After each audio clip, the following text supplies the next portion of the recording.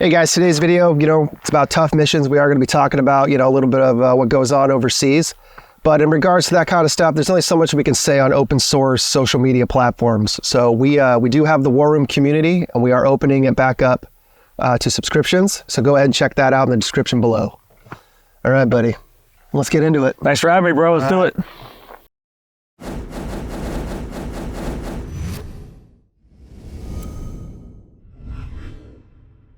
Hey guys, it's Dorr. I got Dutch here. And we were just talking about, times overseas where, the mission sets got so hot and heavy that it started to exceed even training. When you're back in the States training, you want to train your force, each other, you want to be trained to a level where you're not going to have to exceed that capability in real life. But after 20 years of sustained combat operation, there were definitely numerous times where that actually happened. There was a time or two, certainly, when it got that way.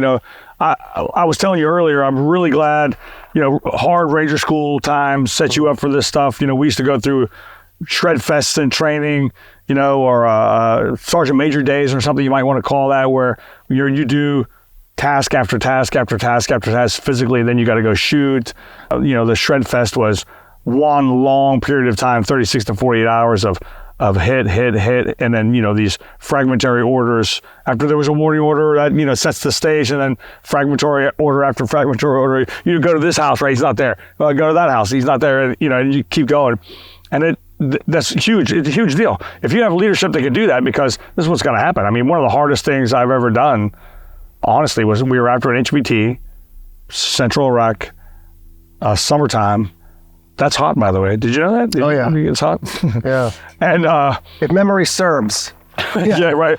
Let me check my my weather app. No, yeah, it's hot in Central Iraq in the summertime, and we've been out of the sky for a while. We built, the target decks and stuff, but gosh, man, you get up in the middle of the day where your cycles is wrong because you're used to working at nighttime and sleeping in the day. Yeah, so that's vampire hours. Overseas, you'll have the 12 hours of, or give or take, of daylight off, where you can sleep, eat, whatever. And then, your work day begins after dinner. Yeah, work day begins after dinner. So this time it didn't. I ended up getting this guy. And then the information, just like in training, right? Where the information that you gather here on the target allows you to go off in other places. Plus, we built a target deck anyway, watching him. And then we decided that, well, now that we have him, today's the day to get them all. And, you had to have other assets helping you. But gosh, I mean, it was a long time, bro. It's a long work day. Made for a full day. Just, somewhere in the middle of the night, finally finishing, and you're just like, wow. Yeah, you're very happy to get back to the team room and open one up. Yes, a nice. Cool. And it was a big deal. So it was a good personality. So it was a good big deal that we were after him. So you guys got spun up the night before? The day of. The day, spun up in the day, strike in the day where it's hottest, and then do all the intel gathering there, and then go back and new warning order, and then frag orders after that, and just bam, bam, bam, bam, bam. Yeah. So it was made for a really rewarding and stressful day. Yeah. But it was good. But when you look at, you asked earlier about hard hits and stress and stuff, is it really like beauty's in the eye of the beholder? Well, I think the stress is in the eye of the beholder too, right? So a short mission where you lose somebody, that becomes one of the hardest missions you've ever been on. And then a long mission where nobody gets lost, but you end up getting the guy you're looking for. And that, although that's very rewarding, I think it can be equated to a lot of training that I've done too. I've been very blessed to have leadership and trainers that train me hard. I think is the Roman soldier, or is it Erwin Rommel, the German field marshal, who said, "Sweat saves blood in combat." I'm not sure who said it, but it's exactly right. And the more you sweat in training, the less you bleed in combat. Yes. Sweat saves blood in combat. That's definitely the goal for, training ahead of time. And then once you get over there, there's on-the-job training. Far more dangerous. There is some of that. How many, as far as that, that lightning war continuous, direct action hit after hit after hit? Like, what's the longest you've ever gone in total just going? I think long range training for sure, I would say. But that particular one I talked about, that HVT, that was probably, I don't know, 1 o'clock in the afternoon, 2 o'clock in the afternoon, until, 2, 3, 4 in the morning, 5 in the morning, maybe even 6. I can't remember exactly, to be honest with you, when it all finished.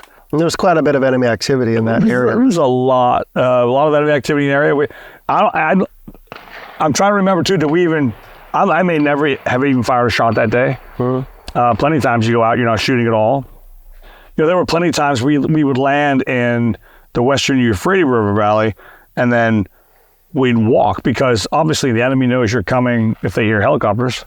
So we get off 12K and walk it. And we treated a lot of it like marathon stuff. There were guys would tape up the goo. Remember the goo stuff? Or Camelback made a goo. You guys know what it is out there. Chime in with comments down below.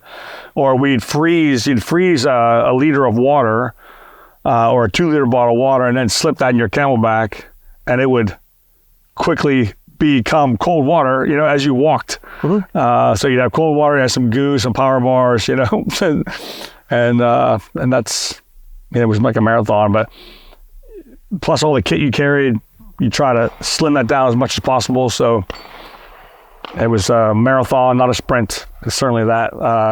And there were some other times too, you talk about rewarding, about you firing your weapon and defeating the enemy and no one ever being wounded. There was a couple times like that too in the Western Euphrates River Valley.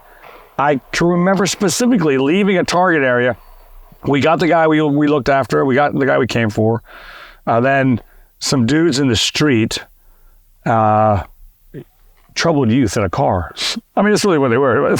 They drove down, and some old man, you can see the guys observing, or sniper guys or whatever else are observing, and he's like, hey, guess what? We just got made. The old man told the kids in the car, yeah, there's some dudes up the street there. I seen them. So they basically, I mean, I'm interjecting my own comments here, but they ended up coming back, and we let those dudes up. They started to get mean, we let them up, and then we engaged with the AC-130s. We exfilled from the target. We got the bad guy. We got on boats. We drove away. I mean, it was just, dude, I'm telling you, I remember actually kind of giggling when I'm hearing the AC-130 in the background covering our move.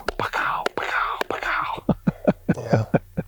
They had some trouble. There was definitely troubled youth by that. But once AC-130 gets online, yeah, it's I don't care how old you are. That's going to be some trouble. Oh yeah, I've been blessed, man. I've been real lucky to.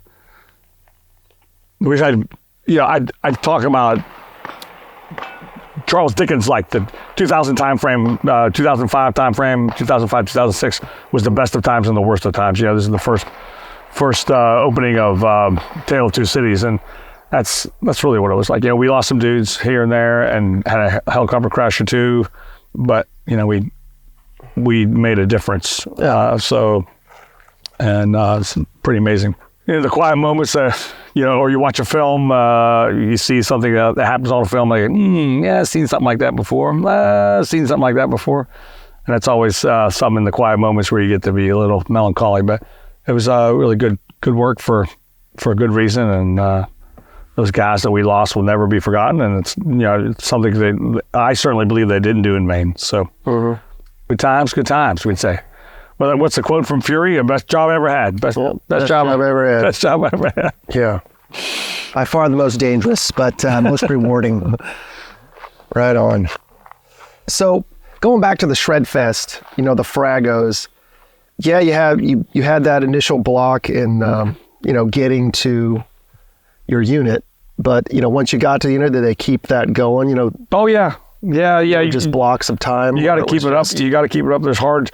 I think there's a lot of leaders understand how difficult it is to continue to sharpen that iron. And iron sharpens iron. If you think this, I mean, honestly, literally, to sharpen iron back in the day was a dirty, physically hard method of sharpening another man's sword, right? So iron sharpening iron is difficult, and you have to be hard as a leader, and oftentimes not well loved. I used to say every leader gets MF'd right? So if you train hard and you get your heart in it and your mind in it, it's got to be hard. So yeah, there was times under some leadership that I'll be like, well, did you go too far a little bit? Well, maybe not, because they helped us prepare for those days in Western Euphrates River Valley or Central Iraq when you're doing these things for 20 plus hours. I do remember training sessions though. You would train hard at a shred fest or something like it, and then maybe you're doing. Maybe you have to advance to a helicopter because there's guys in that are hurt. And of course, they're like rescue Randys and big, heavy people. So the big, heavy guys. So now you're moving them back out. And then you have to provide T-CCC, you have to provide aid. And then you're moving out. And, somebody's putting pressure on you, keep moving to a certain place. And you finally get to that place and load up on trucks, drive around the corner, truck stop, flap opens up and says, that portion of the training is now over. The new portion of training is just about to begin. And it would be like a sear thing. You're like, oh no, it's not it's a requal. Yeah.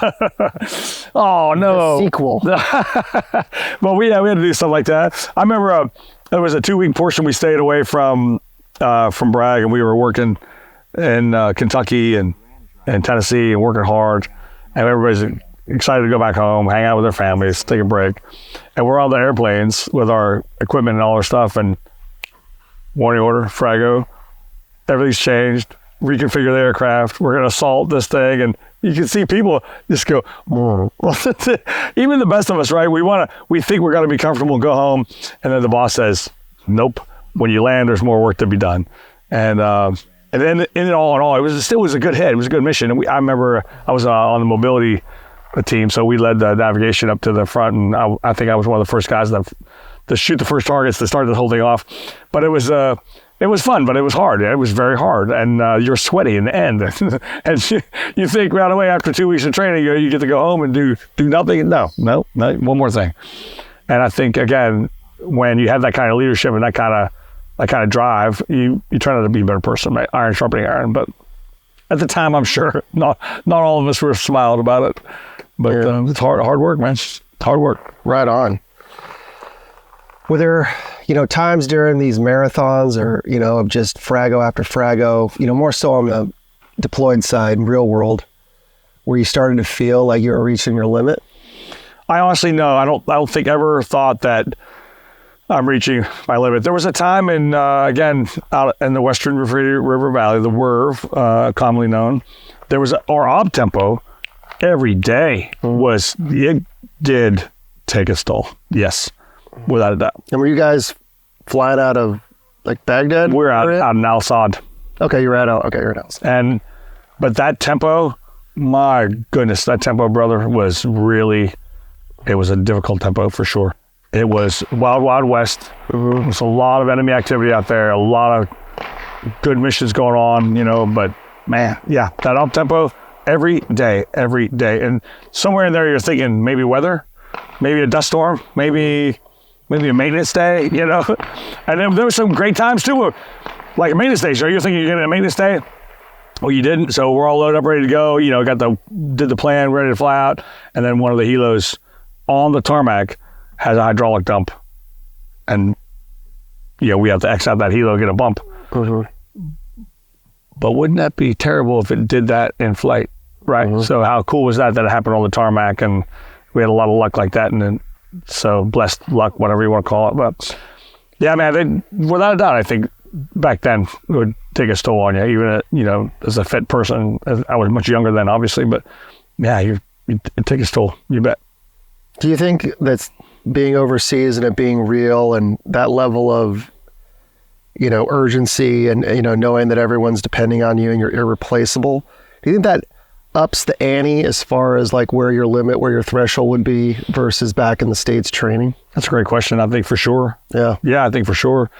But, and if I may, I don't think irreplaceable is the right way. Everybody's replaceable no matter what, right? There's always someone going to take your job. Always somebody going to I just meant like that particular day. No, I appreciate it. Yeah, I don't. Yeah, I think the biggest thing for me though, what you said earlier in that same statement, you mentioned doing it for somebody else. That's my mantra anyway in my own company, right? My sword is your shield. That's 2 is greater than 1, my sword is your shield, whatever you want to go with it. But that is the key. You have to put that pressure on yourself because it's you and me together, wherever we are. I'm doing it for you. You're doing it for me.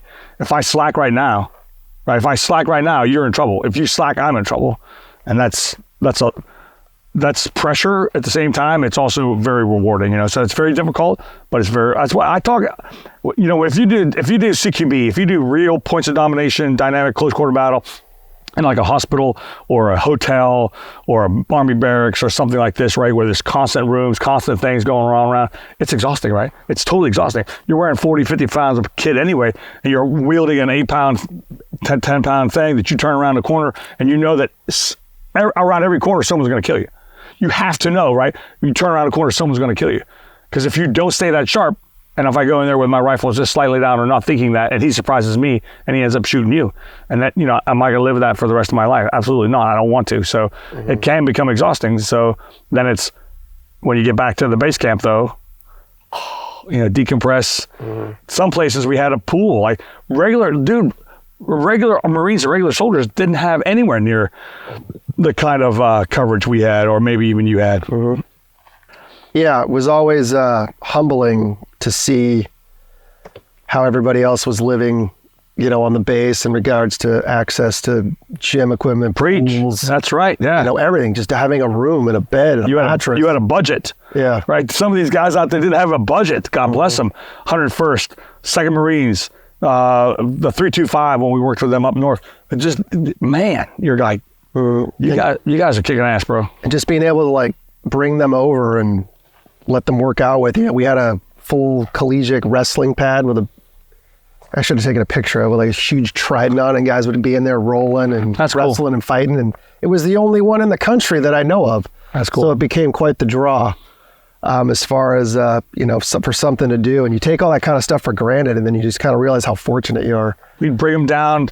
They lived at the MSS in Baghdad. They lived down a bunch of doors down, but we'd bring them down for training. Bring them down, integrate, train, compare, talk. You know, we can certainly help you. You know, let's go. And oh, by the way, isn't that where you're getting your future people from anyway? You know, when you start working with these cats, they go, oh, I want to be a Navy SEAL. Or, you know, you're working with these guys and they want to be you. Okay, so that's okay, cool. Let's do that. But outstanding. Cool, man. Well, I just want to pick your brain a little bit about, you know, how tough things got, you know, being in real world application, real world situation. You know, there is no quit, there is no off button, but there is that ceiling. You know, there are those limits.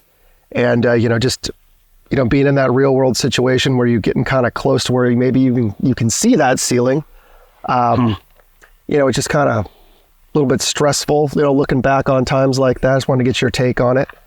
But, you know, yeah, like you talked about before, maybe it was the Romans, maybe it was whoever, Rommel, Napoleon. You know, the more you sweat in training, the less you bleed in war. But, you know, then again, you know, there's only so much of that we can do. And I know from personal experience, and I know you can say the same, that we definitely sweat plenty in training, and hopefully that did keep the bleeding down. I think it did. I was very fortunate in the bleeding department overseas. Not everybody was, but, you know, just a quick talk. You know, just kind of hit the subject on. I appreciate it, man. That's cool. Yeah, thanks for being here. Dude, the only thing we're missing is an IPA or a bourbon. So yeah, there you go. Tell your boss next time. Yeah. Drinks are on him. Drinks are on him. All right. All right, guys. Well, thanks for being here, and we will catch you next time. This is Dorr, Dutch, out.